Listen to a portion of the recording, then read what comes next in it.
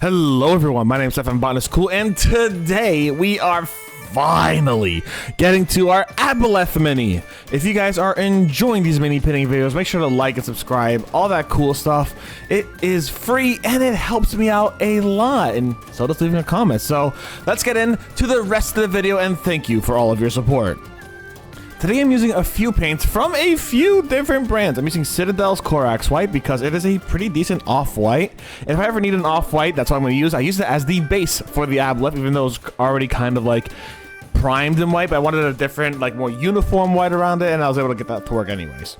Then I used the Army Painter D&D collab colors of Zombie Flesh, Underdark Indigo, Merfolk Turquoise, and Frost Blue in a variety of situations. And I, of course, used Shadow Wash as well, Matte Black and Matte White. When it came down to it, what I tried to do was mimic the picture you see on that bottom left. That level of shading and dark blueness that comes in with the shading on the underside and stuff. And now that I look at it a little bit more, it actually looks a little more green on the other side, but c'est la vie. So I tried doing that a little bit with my dry brushing, and honestly, the dry brushing was subpar. I found a lot of areas within the actual, like,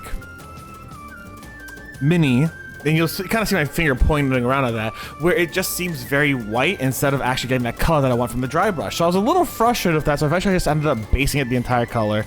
And we had a little bit of Underdark Indigo on the bottom, then we actually covered that up with Zombie Flesh. And it ended up turning into this green color that I really started to like a lot.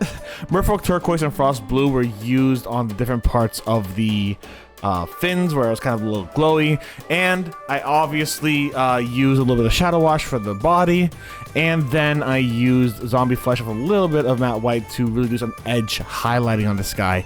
I did as well use a weird mix of Glistening Blood, Cambion Crimson, and Cobalt Red to do the mouth, but that was just a hell of a thing itself. It was just like this weird thing to do. I don't know, man. It was a weird mouth. I could barely find the teeth. I had such a trouble with the teeth. I tried using like skeleton bone to get the teeth, and it was just a pain in the ass. They were so small, and I could not find any of the teeth that I wanted to take care of. So, I mean, what am I gonna do? I tried my best.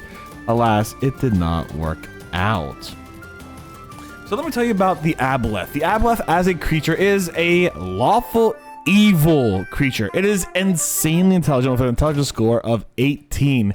I actually used these guys before in a game of mine with a cult that wanted to summon an Aboleth, and the players actually had to kind of use their 3D terrain around them to take down the Aboleth, because it was, you know, it was like in this like village cult in the middle of a cave with like these different like houses and piers on the cliff sides and on the sides of the caves, not just right where the actual Aboleth is being summoned in the water.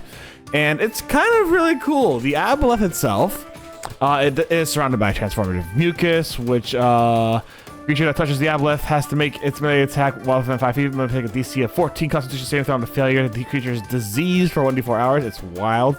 It's extremely telepathic. It communicates telepathically. The Aboleth learns the creature's greatest desires, and if the Aboleth can see the creature, it's wild. It has multiple attacks, including the tendril attacks, 3 of them, 2d6 plus 5. It is... And of course, it still can become diseased. And the tail attack, which is... plus 9 to hit, it's 3d6 plus 5 damage. And it also has this ability called Enslave. It targets one creature, can see within 30 feet. It has to make a wisdom saving throw or be magically charmed until the Aboleth dies or is in a different plane of existence. Wow! Every time the charmed creature does take damage, it can redo the saving throw, but no more than once every 24 hours? God. It has to be further away. It has to be like a mile away from the Aboleth to be able to make the saving throw, and it's going to do it once every 24 hours. That's ridiculous. It also has legendary actions, including the Detect action, the Tail Swipe action, and the Psychic Drain action, which one creature charmed by the Aboleth takes 3d6 psychic damage, and the Aboleth regains hit points. So as a DM, you have a lot to mess around with this creature, and I like him a lot. When I used him, I actually had him kind of versus like a magical Mudfish, where the Mudfish was also kind of like a lawful good kind of counterbalance to this thing. And while it didn't like actively go after the Aboleth, it was lawful good. it did have to feed on the psychic energy of individuals. So you typically found evil individuals and try to feed on their psychic energy. So that's a whole quest I had my friends go through one time, which was a lot of fun. And they had to learn about the relationship between these like psychic mud skippers and the Aboleths, and how it was kind of this weird prey predator situation. Even though the Aboleth could overpower the mud skipper in a physical way, the mud skipper could use its telepathy to really overpower the Aboleth. It was a wild thing. Aboleths are cool, they're creepy, they're wild, they're an eldritch horror, and they're great for your players. They have 135 AC, so you're going to be waiting for a little while to bring them in, probably around levels 7 to 13 would be a pretty good area to put them in, and you could, of course, as a DM, add in a few things here and there, add in a few hit points here, add in a few damage points here, so on and so forth. And it's just a really cool creature. I like it a lot.